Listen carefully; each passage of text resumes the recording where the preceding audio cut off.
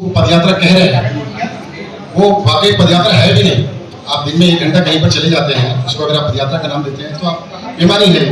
पदयात्रा तो वो है ना जब आप लोगों के घरों तक पहुंचे। आप लोगों के गांव, भारत की आत्मा गांव में बसती है, महात्मा गांधी ने भी कहा था। तो आप गांव तक तो पहुंचिए। आप शहरों में एक चौक से दूसरे चौक तक जाकर और उसको पदयात्रा का नाम देते हैं। इससे जनसुराज का बिहार की जनता को भी कोई फर्क नहीं पड़ता।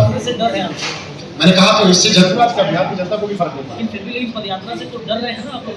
बीजेपी से ज्यादा एग्रेसिव आप लोग हैं। मुख्य विपक्षी पार्टी के रूप में कांग्रेस से बीजेपी को बयान देना चाहिए, स्पष्टीकरण देना चाहिए, लेकिन उससे ज्यादा परेशान आप लोग हैं।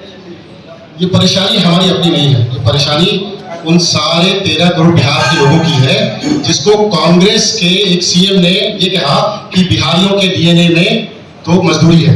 ये वहां का विवाद है। ये बेइज्जती हमारी सिर्फ जनसुराज की नहीं है, 13,000 लोगों की है।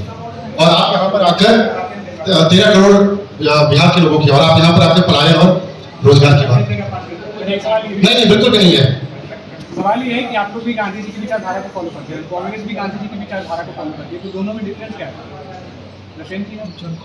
हम गांधी जी की विचारधारा को भी फॉलो करते हैं और बाबा साहब अम्बेडकर की भी विचारधाराओं को फॉलो करते हैं।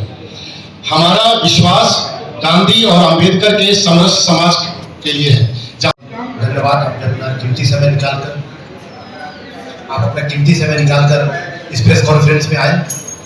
जैसा कि हमारे साथी प्रोफेसर शांतनु बता रहे थे, राहुल गांधी की यात्रा हुई है बिहार में, तो सबसे पहले हमें यह समझना होगा कि कन्हैया कुमार एक यात्रा लेकर निकले हैं, पलायन रोको यात्रा करके। पश्चिमी चंपारण के भितिहरवा से, जहां से जनसुराज की भी पदयात्रा प्रशांत किशोर जी ने शुरू किया था, एक दिन में एक जिला वो कंप्लीट कर दे रहे हैं। चूंकि मैं चंपारण का हूं, तो पश्चिमी चंपारण में उन्होंने 1 दिन दिया, पूर्वी चंपारण में 1 दिन दिया, यानी एक जिला में 1 दिन देकर वो पूरी पदयात्रा को कंप्लीट कर दे रहे हैं।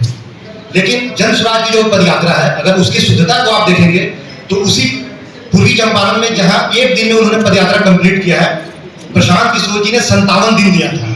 और 57 दिन जब उन्होंने दिया तो आप समझेंगे कि एक एक पंचायत को प्रशांत जी एक एक गांव को घूमे थे।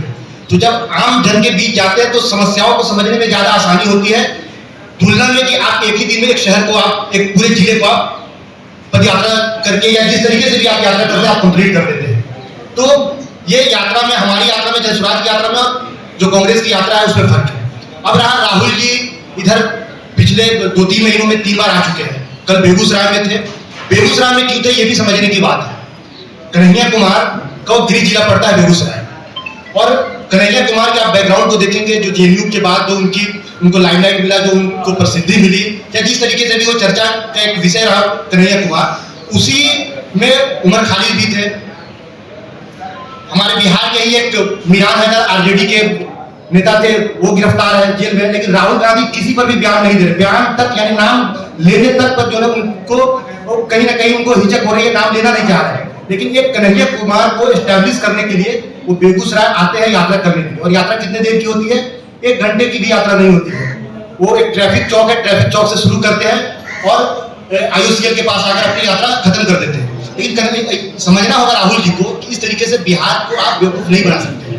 बिहार की जो समस्या है बहुत ही विकराल रूप में, और इसको समझने के लिए आपको गांव में जाना पड़ेगा, समाज में जाना पड़ेगा, कोसी के बेल्ट में जाना पड़ेगा, आपको सीमांचल के गांव में जाना पड़ेगा, आपको मगध और सासाराम की जो है पहाड़ियों की तरफ आपको जाना पड़ेगा, तब जाकर आप बिहार की समस्याओं को समझ सकते हैं। एक बात। दूसरी बात यह है कि जो पलायन का मुद्दा है उसको भी समझने की जरूरत है। जैसे कि हमारे साथी बता रहे थे कि जब उनको वक्त मिला, पिछले लगभग 30-35 सालों तक जगन्नाथ मिश्रा जब तक यहाँ पे मुख्यमंत्री रहे, तब तक तो कांग्रेस की सरकार रही यहाँ। फिर क्यों पलायन को लेकर जो है ना इतना ये लोग आवेला मचा रहे? इन लोगों ने उस टाइम क्यों नहीं स्कूल, कॉलेज, हॉस्पिटल और कल कारखाने खोल दिए, रोजगार की व्यवस्था कर दिया? उसके बाद भी 2005 से लेकर 2014 तक केंद्र में उनकी सरकार रही।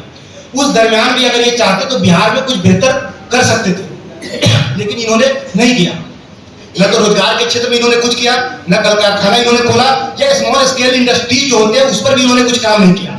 तो ये जो बार बार आकर श्री कृष्ण मेमोरियल हॉल में और अलग अलग कभी बापू सभागार में आकर जो ये बार बार ऐलान कर रहे हैं कि भाई पलायन को रोकने हम आए हैं, हमको लगता है कि जब आपको समय मिला तो आप नहीं किए। आज आपको पलायन इसलिए याद आ रहा है क्योंकि प्रशांत किशोर जी ने इसको एक बड़ा नैरेटिव सेट कर दिया बिहार में। जब पदयात्रा लेकर निकले हैं तो मुद्दा क्या है जनसुराज का? मुद्दा यही है कि पलायन, बेरोजगारी और जो अशिक्षा है, ये 3 बड़ा मुद्दा है हमारा। तो इन मुद्दों को जब प्रशांत किशोर जी जब लेकर चले हैं पूरे बिहार में गांव-गांव जाकर जब उन्होंने लोगों को जागृत कर दिया है, तो उसी मुद्दे को ये खींचकर कहीं ना कहीं ये लोगों को बताने की कोशिश कर रहे हैं कि मुद्दा हमारा है, लेकिन दरअसल मुद्दा ये जनसुराज का है। और सिर्फ राहुल गांधी तक ये मामला नहीं है, बल्कि और भी दूसरी पार्टियां जो उनके सहयोगी दल है वो भी इस मुद्दा को उठाने की कोशिश कर रहे हैं। लेकिन हम तो शुक्रिया अदा करना चाहेंगे प्रशांत किशोर जी का कि भाई उन्होंने इस मुद्दे को एक नैरेटिव दिया पूरे बिहार के स्तर पर, और दूसरे पार्टी के लोग कम से कम उस मुद्दे को उठा तो रहे।